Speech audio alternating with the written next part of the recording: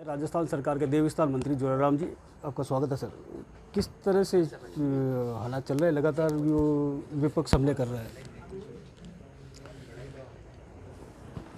अभी राजस्थान में 6 महीने से भारतीय जनता पार्टी की सरकार बनी है और हमारे लोकप्रिय मुख्यमंत्री जी भजनलाल जी हमारा नेतृत्व कर रहे हैं। उनके नेतृत्व में सरकार अच्छा काम कर रही है और सरकार बनने के बाद में 6 महीने के कार्यकाल में ही उन्होंने जो संकल्प पत्र था पार्टी के, उस संकल्प पत्र में जो हमने जनता से वादे किए थे उन वादों में से 40 से 45% वादे हमने पूरे इस छोटे से अल्प कार्यकाल में मुख्यमंत्री जी के नेतृत्व में किया है।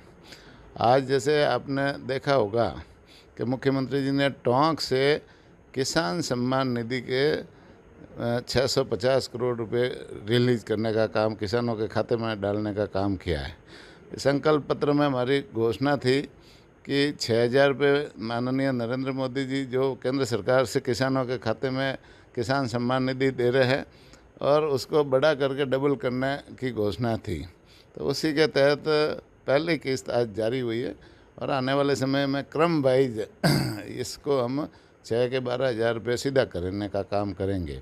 संकल्प पत्र में घोषणा थी कि हम 450 रुपये में गरीब परिवारों को सिलेंडर देंगे, वो घोषणा हमने पूरी कर दी।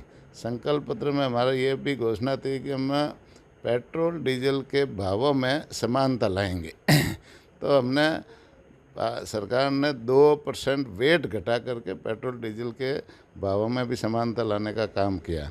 किसानों को समृद्ध करने के लिए हमारी घोषणाएं थी, तो किसानों को समृद्ध करने के लिए हमने जो समर्थन मूल्य है उसमें बढ़ाने का काम भी किया। गेहूं का समर्थन मूल्य 2275 रुपये था, 125 रुपये बोनस दे करके किसानों का समर्थन मूल्य बढ़ाने का काम भी किया हमारी सरकार ने। आज कई ऐसी घोषणा है जो हम अभी सरकार पूरा कर रही है।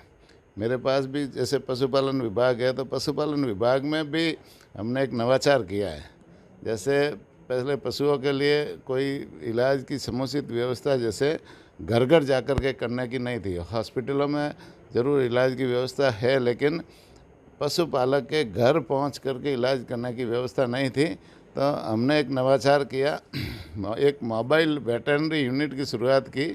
राजस्थान भर में 536 मोबाइल वेटरनरी यूनिट शुरू किए और उसमें एक डॉक्टर, एक कंपाउंडर और एक LA कम ड्राइवर होगा और वो उसमें दवाइयाँ भी होगी और वो हर जगह जा कर के इलाज करने का काम। कॉल सेंटर अभी खुलना है, 1 महीने भर में खुल जाएगा। खुलने के बाद में पशुपालक यदि उस कॉल नंबर पर 1962 नंबर आएगा, उस पर फ़ोन करेगा तो पशुपालक के घर है डॉक्टर समेत वो टीम पूरी पहुंचेगी और इलाज करने का काम भी करेगी। तो इस तरह से कई जो जनता से जुड़े हुए मामले हैं तो उनको भी समाधान करने का हमारी सरकार ने काम किया है। सर, आपकी सरकार ने जनता से जुड़े मुद्दे, अब आप देवस्थान विभाग से भी हैं, तो मंदिरों और जो जितने भी मठ है उन लोगों की डिमांड लंबे समय से चली आ रही है, तो उसके बारे में उन पुजारियों के लिए क्या कुछ नया कुछ हो सकता है? अभी हमारे देवस्थान विभाग में हमारे अंडर में जो हमारे स्वामित्व के मंदिर है वो 593 मंदिर है। बाकी पूरे के पूरे जो मंदिर है पूरे के देवस्थान विभाग के अधीन आते हैं, कंट्रोल हमारा ही रहता है। और देवस्थान विभाग में हमारे जो मंदिर हैं उनको पुराने जो पुरातत्व विभाग के मंदिर है, बहुत पुराने मंदिर है जो आज भी देखने लायक मंदिर है और मतलब एक तरह से पर्यटन को बढ़ावा देने के लायक मंदिर है। उन मंदिरों को हम जैसे 50 से ज़्यादा मंदिर, 50 के आसपास मंदिर है, पर्यटन विभाग के साथ में जोड़ करके पर्यटन के नक्शे में लाने का हम कर रहे हैं, अभी बजट में करेंगे।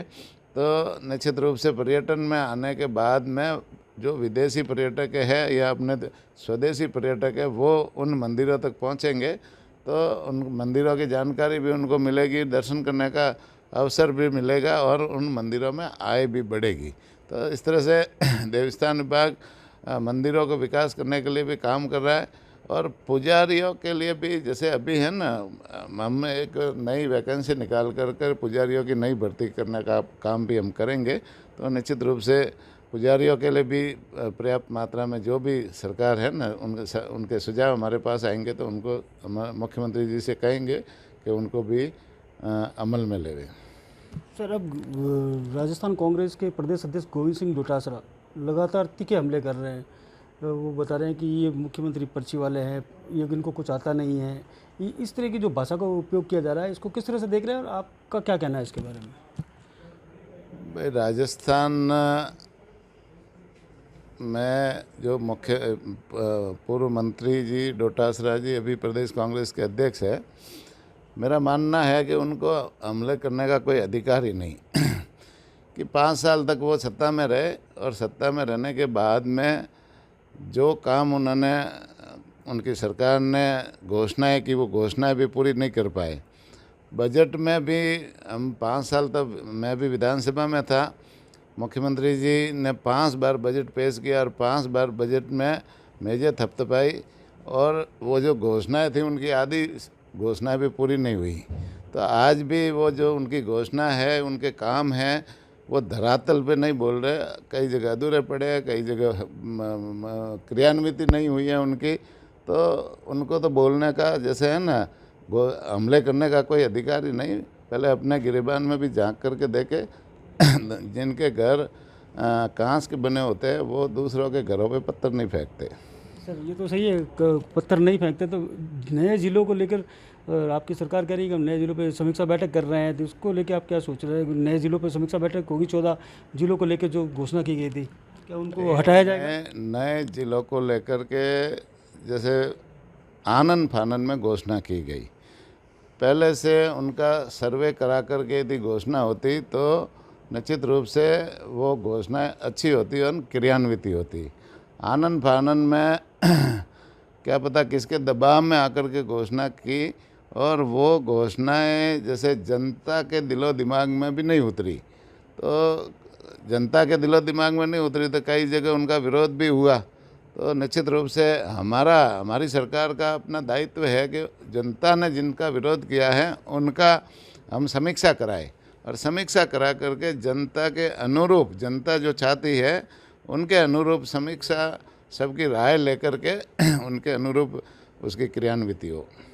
ठीक है सर, एक पेपर लीक का मामला भी काफ़ी लंबे समय से चल रहा है। आपकी सरकार ने कहा था हम आएंगे तो जांच करेंगे, बड़े बड़े नेताओं का नाम है, क्या कुछ खुलासा हुआ कि कैसे नेताओं को आगे लाया जाता?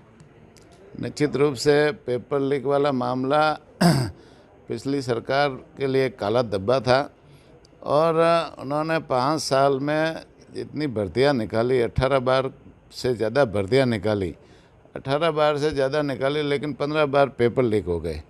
और पेपर लीक होने से जो हमारे बच्चे और बच्चियाँ जिन्होंने 4 साल तक तैयारी की, मेहनत की, उनके माता पिता ने उनके लिए आर्थिक रूप से खर्चा भी डाला, कई लोगों ने कर्ज लेकर के भी अपने बच्चों को पढ़ाने के लिए खर्चा डाला और लास्ट में जाकर के हर परीक्षा में पेपर लीक हुआ। तो उन बच्चों में खूब निराशा हुई और निश्चित रूप से कई जगह मतलब पेपर लीक के साथ साथ में कई तरह के इस मामले में घोटाले भी हुए।